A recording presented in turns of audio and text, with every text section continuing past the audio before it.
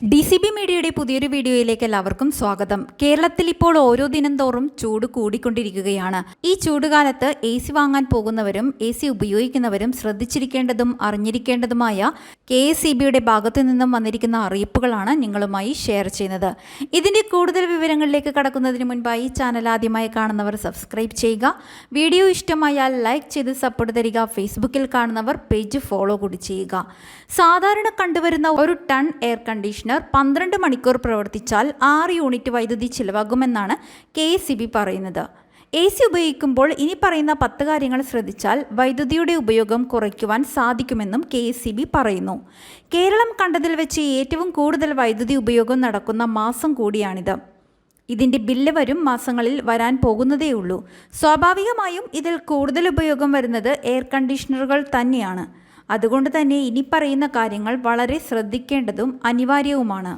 ഒന്നാമതായി അറിഞ്ഞിരിക്കേണ്ടത് വീടിൻ്റെ പുറം ചുമരുകളിലും ടെറസിലും വെള്ള നിറത്തിലുള്ള പെയിന്റ് ഉപയോഗിക്കുന്നതും ജനലുകൾക്കും ഭിത്തികൾക്കും ഷെയ്ഡ് നിർമ്മിക്കുന്നതും വീടിന് ചുറ്റും മരങ്ങൾ വെച്ചുപിടിപ്പിക്കുന്നതും അകത്തെ ചൂട് കുറയ്ക്കുവാൻ സഹായിക്കും.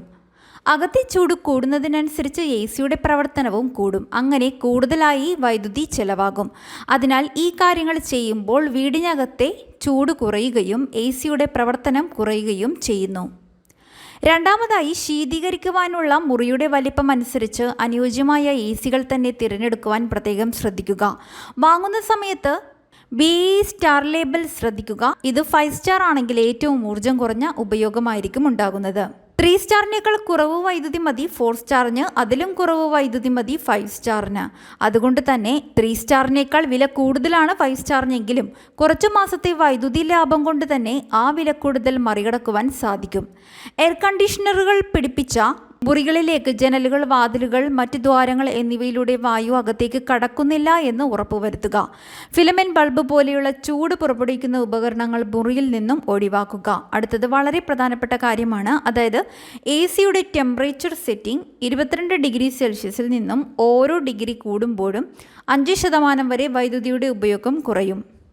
അതുകൊണ്ട് തന്നെ 25 ഡിഗ്രി സെൽഷ്യസ് തെർമോസ്റ്റാറ്റ് സെറ്റ് ചെയ്യാൻ വേണ്ടി പ്രത്യേകം ശ്രദ്ധിക്കുക.